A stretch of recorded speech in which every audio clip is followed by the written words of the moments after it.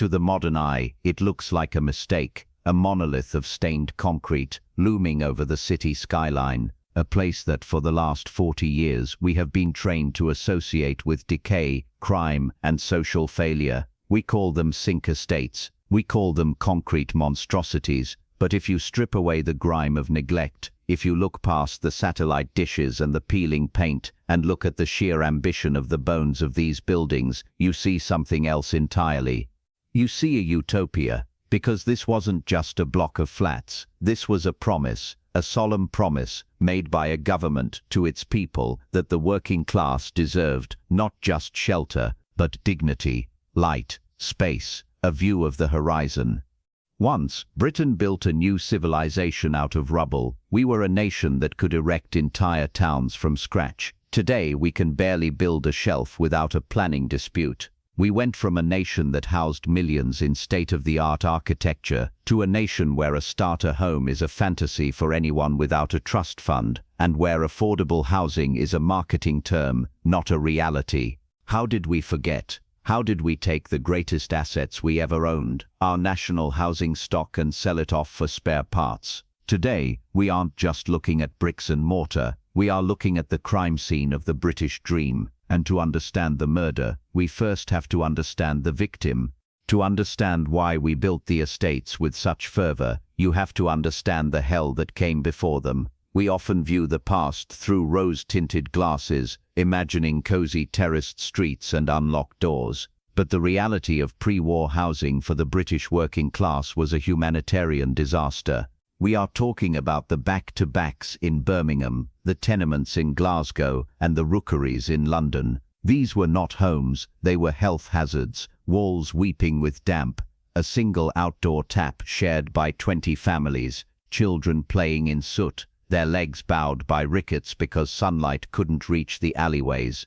In 1930s Britain, it was common for 3 generations to share 2 rooms. Privacy was a luxury for the rich. Hygiene was impossible. It was a breeding ground for tuberculosis and despair. And then the Luftwaffe came. By 1945, German bombs had destroyed or damaged 4 million British homes. The country wasn't just broke, it was broken. But amidst the rubble, something strange happened. A collective realization took hold of the public consciousness.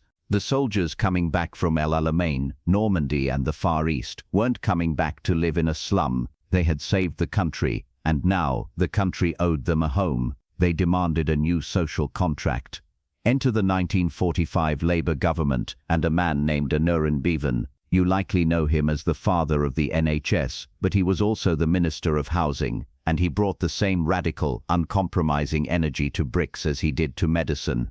He didn't want to build poor housing for poor people. He hated that idea. He famously said, "We shall be judged for a year or 2 by the number of houses we build. We shall be judged in 10 years' time by the type of houses we build."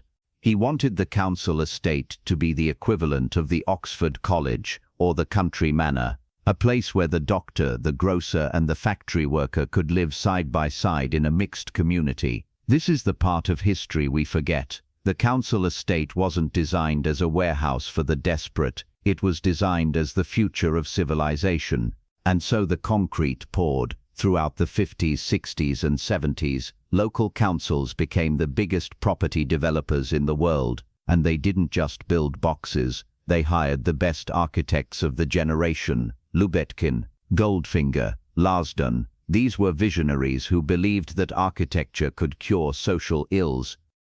They implemented something called the Parker-Morris Standards. These were government rules stating that a home must have a certain amount of space, storage, and heating. Ironically, many of the luxury executive apartments being built in London today are smaller than the council flats built in 1965. We have actually gone backward in terms of space. Look at the Golden Lane estate. It wasn't just apartments. It had a swimming pool, a badminton court, a nursery. Look at Park Hill in Sheffield. They didn't want to destroy the community spirit of the old terraced streets, so they built streets in the sky, wide decks where you could drive a milk float, where neighbors could stand and gossip just like they did on the cobblestones below. For the critics, this was brutalism. It was cold. But for the tenants, the philosophy mattered less than the luxury. And yes, it was luxury. Imagine you are a woman who has spent 20 years hauling coal up 3 flights of stairs to heat a single room. Suddenly, you are given a key to a council flat. You walk in, you turn a dial, and the room gets warm. You turn a tap, and hot water comes out. You have an indoor toilet. You have a window that looks out over a park. For millions of British people, the council estate was the moment they entered the 20th century. It was the first time they felt that the state actually cared whether they lived or died. But utopia is expensive, and utopia is fragile, because while the architects were dreaming of streets in the sky, the politicians were looking at the balance sheet, and somewhere in the mid-60s, the dream began to curdle. The pressure to build more and build faster became overwhelming. Quantity began to override quality. The government offered subsidies for high-rises. The higher you built, the more money you got. So councils stopped building communities and started building vertical storage units. They turned to system building, prefab concrete panels bolted together like Lego. It was fast, it was cheap, and it was dangerous. May 16, 1968, Ronan Point. A gas explosion in a kitchen on the 18th floor caused a progressive collapse. The corner of the building sheared off like a wet cake. 4 people died. It wasn't just a tragedy, it was a psychological turning point. The public lost faith in the tower block. Suddenly, the streets in the sky didn't feel like liberation, they felt like prisons. But the real killer wasn't the architecture, it was the economy. As the 1970s hit, with the oil crisis and inflation, councils ran out of money. This is the detail that gets missed. Concrete is a beautiful material, but it needs love. It needs cleaning, it needs care. When the budgets were cut, the caretakers were fired, the lifts broke, and no one came to fix them. The lights in the stairwells flickered and died, leaving dark corners for crime to fester. The damp returned, not because of the design, but because of a lack of maintenance. By the late 1970s, the narrative had shifted completely. The council estate was no longer the brave new world. It was a problem. It was the setting for dystopian films and police sirens. And historically, when a public service becomes a problem, there is always a politician waiting with a solution that involves selling it. 1979, the winter of discontent. Rubbish piling up in Leicester Square. Britain is miserable, and Margaret Thatcher enters Downing Street with a philosophy that is the exact opposite of Aneurin Bevan's.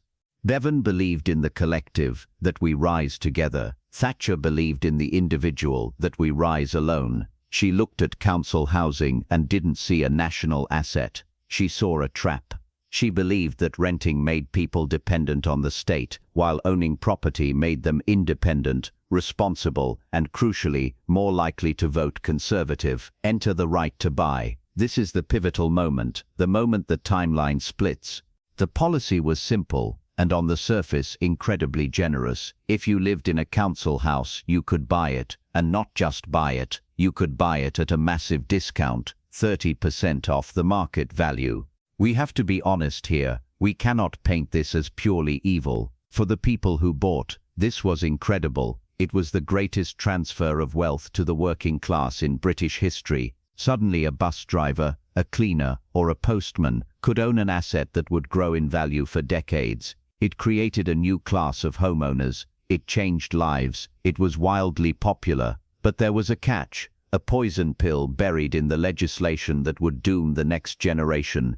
The Treasury, worried about inflation, restricted what local councils could do with the money. They forbade local councils from reinvesting the profits from the sales into building new houses. Read that again. It is the most important sentence in British economic history. They sold the houses, they took the cash, but they weren't allowed to build replacements.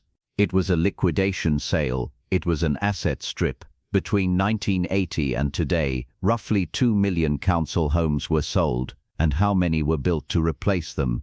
A fraction, a tiny, insignificant fraction. We burned the furniture to heat the house, and for a while it was warm. Everyone was happy. House prices went up, but eventually the furniture ran out, and now we are freezing. So where did those houses go? Surely if working class people bought them, they're still in the hands of families, right? Wrong. This is the cruelest twist of the tale. As the original owners aged and passed away, or sold up and moved to Spain to retire, those houses didn't stay with the community. They were bought on the open market. And who bought them? Private landlords.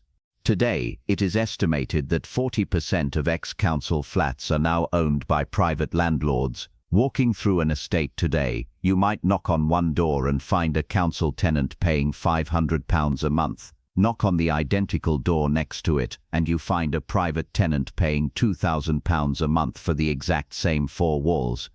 So let's look at the economics of this insanity. The government sold the house at a discount to get the state out of the housing business. But now the people living in that house can't afford the private rent, so they claim housing benefit. The government pays the housing benefit. The housing benefit goes to the private landlord.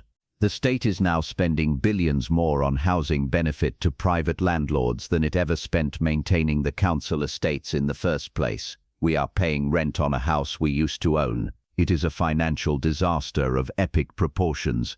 And what about the new builds? We rely on private developers now. We have handed our future to the market. We tell them you can build your luxury tower, but you must make 10% of it affordable. But developers are businesses, not charities. They fulfill the quota, but they don't want the social tenants mixing with the investors. So we have the phenomenon of the poor door. Separate entrances, separate mailboxes, sometimes even separate playgrounds for the children. The ethos of the 1950s, the doctor living next to the docker, the mixed community is dead. We have resegregated our society. We have accepted that if you are poor, you deserve less beauty, less safety. The consequences are visible in every town in the UK. We have a generation of hidden homeless, people with jobs, people with degrees, surfing sofas, living in hostels, or stuck in temporary accommodation, which often means a moldy bed and breakfast costing the taxpayer a fortune. We have created a society where your ability to have a secure roof over your head depends entirely on the bank of mum and dad. If your parents bought a council house in 1985, you are safe. If they didn't, you are adrift. We have replaced meritocracy with inheritance. We often look back at the post-war era as a time of grey austerity, of rationing and hardship. But in terms of housing, they were the dreamers. We are the cynics. They looked at a muddy field and saw a community. We look at a muddy field and see a land banking opportunity or a planning headache. We have accepted a reality where a safe home is a luxury product, not a human right. We have accepted that our children will be poorer than us.